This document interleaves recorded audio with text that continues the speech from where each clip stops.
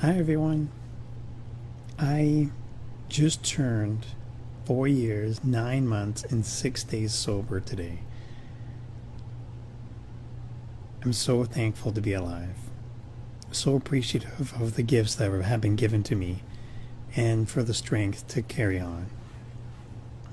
I found out some news last week that was really upsetting. My my father passed away and he had succumbed to his he was having his own demons and he was struggling with for years and for as long as I can remember.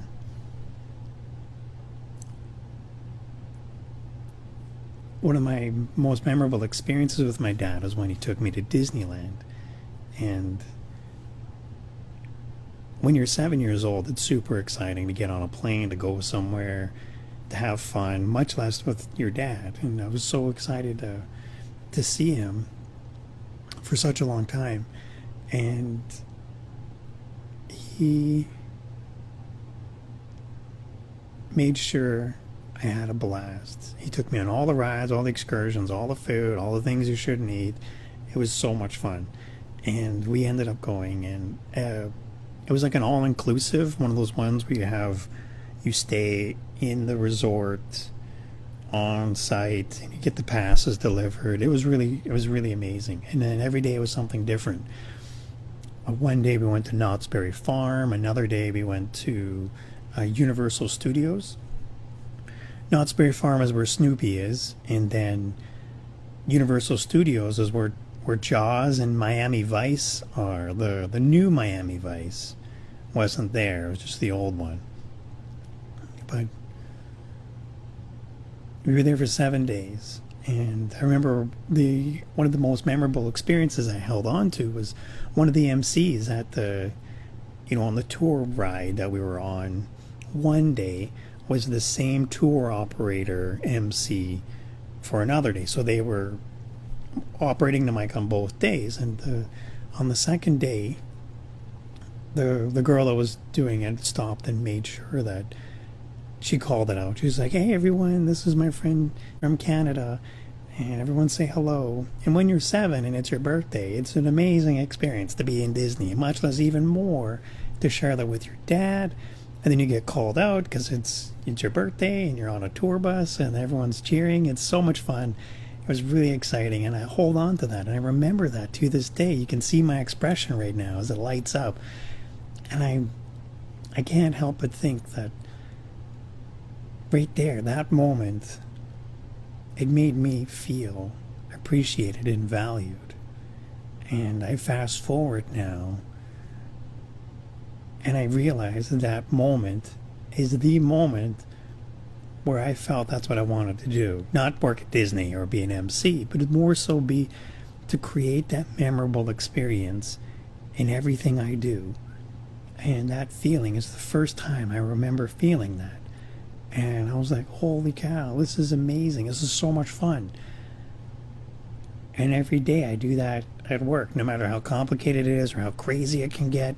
I still try and have fun with everything and make them feel appreciated and valued. And so right there, it was a flashback memory that you hold on to. It's sad that he's not here anymore, and I appreciate that everyone has their struggles and not everyone is successful. And I pray and I hope that everyone always wants it to work out well and that they always want to get healthy. But I can also appreciate that everyone is fighting their own struggles. They have their own demons. Like, the same struggle for me isn't the same struggle for you or for him. And the very next year, I was thinking I was 8, after a successful Disneyland, he took me to the PNE in Vancouver. And I remember this clearly because Super Mario 3 came out, and it was just in the arcades, and I wanted to go see it. And my dad knew that, so he took me there, and then he gave me money, and then I just zoned out, and I remember playing the game, and I beat it, and I was super proud of that moment. But then afterwards, I realized that I had actually been alone for hours, and my dad had left me because he went to go get drunk. he left to go, and he passed out. And you know, from the outcome of that, I wasn't able to see him as much, and it chain reaction down the line that I actually didn't see much of him at all. And I think that was one of my last memories of visiting with him and seeing him. And after that, it kind of all fell apart. I didn't engage with him all that much, and we really never had that connection or that bond of a father-son relationship. And I knew what alcohol and addiction can do to a family, not so much a person, but a family at that young age. And as I grew older, I encountered this myself, and I fell quite a few times to addiction, recovery, alcohol. It's not easy.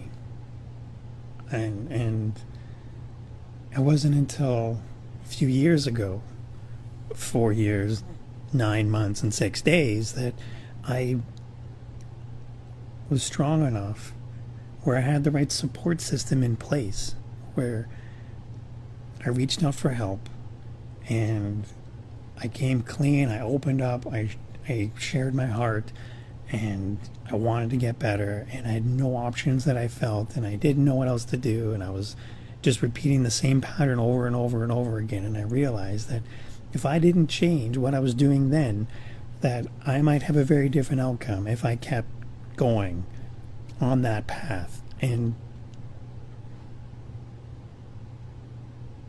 some of my friends are not here, and now some of my family isn't here.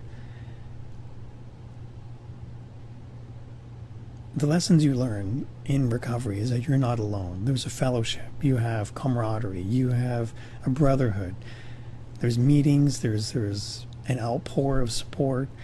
I can't believe how much support I got. Had I known there was this much support available to me, I would have reached out long before I reached out. I was suffering when I didn't need to suffer. I was taking on this burden that I didn't need to carry.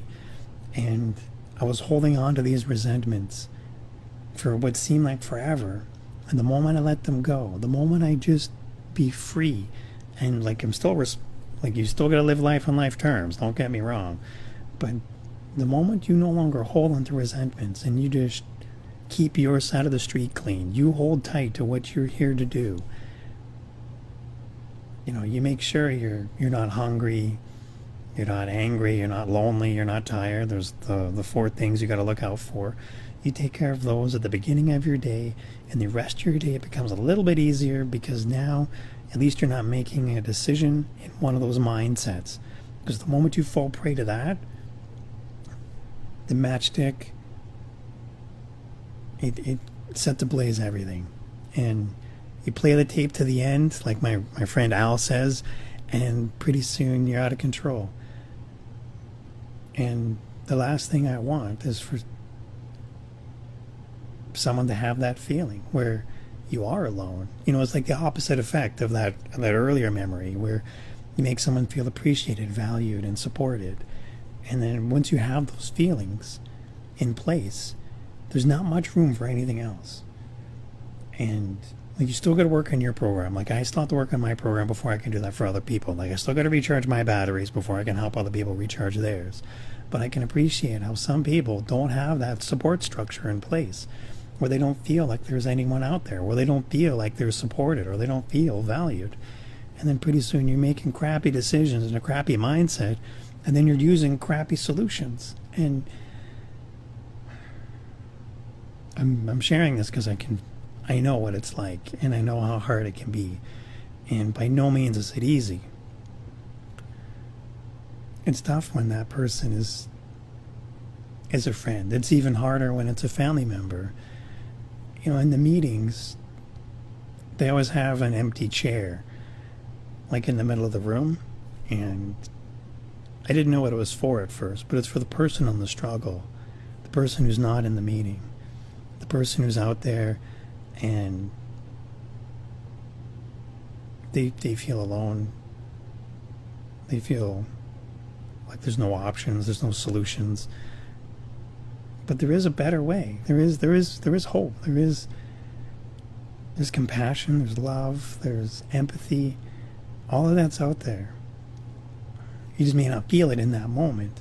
And it's in those moments that I try and avoid, just to make sure that there's enough, that I have enough room, that I have enough time, that I have enough space in my life. Because if I let everything else hold up,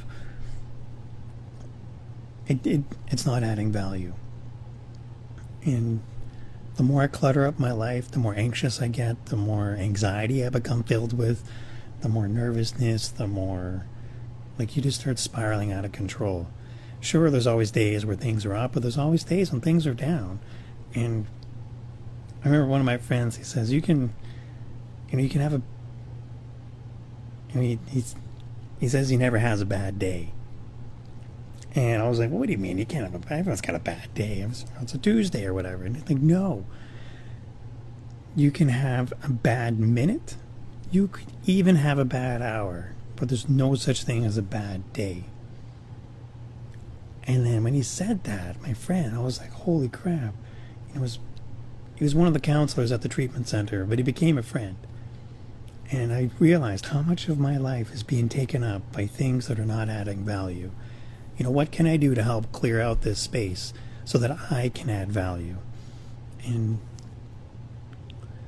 I reflect back, because in one of the sessions, they shared that, in the treatment, so you're with the 50 other guys, it's pretty packed, but it's important that you develop that bond over such a long period of time.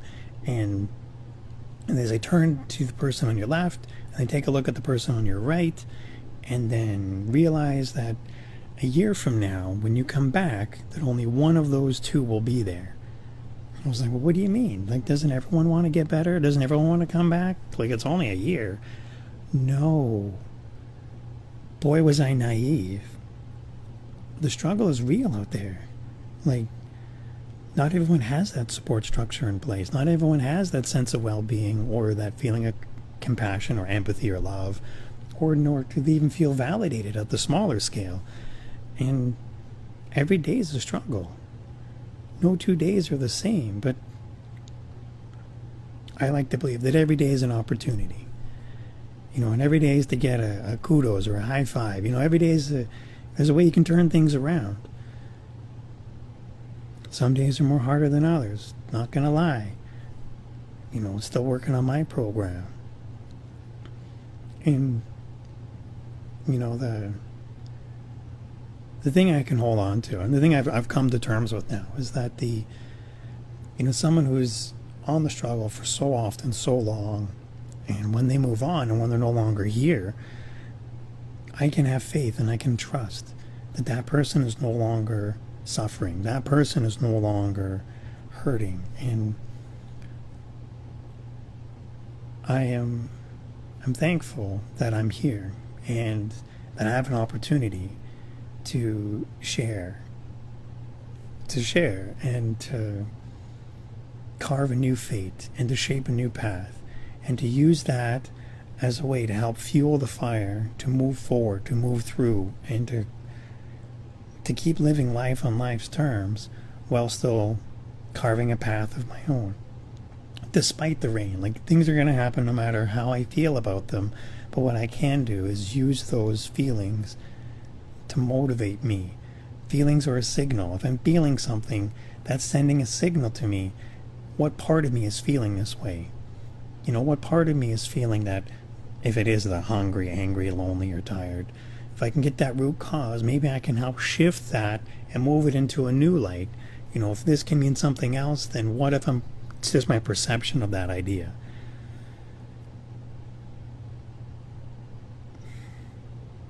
But I wanted to share this because he passed away last week, and then in the next couple of days I got to get ready and I got to go to the service, and it's gonna take a while to get there. But I wanted everyone to know that no matter what, there's someone, you're not alone, that there's always someone there. And if you need someone to reach out to, even I'm here. But there's support systems in place. There's lots of caring family, friends. You'd be surprised. I know that not all struggles are the same, and I also not all demons are the same. Be it smoking or alcohol or it's addiction. Like it'll get the best of you if left unchecked. And the last thing anyone wants is to be a statistic or to be a memory, or what if we have a chance to make new memories or to create a better life? I just wanted to share and let you guys know how much I thank you and I appreciate you. You guys have cheered me on and supported me throughout the whole ordeal. And thank you to everyone who's reached out. And I appreciate all your prayers. It's pretty awesome. It's going to be tough the next couple of days, but you know what? It's going to be okay. Thank you, everyone. Take care.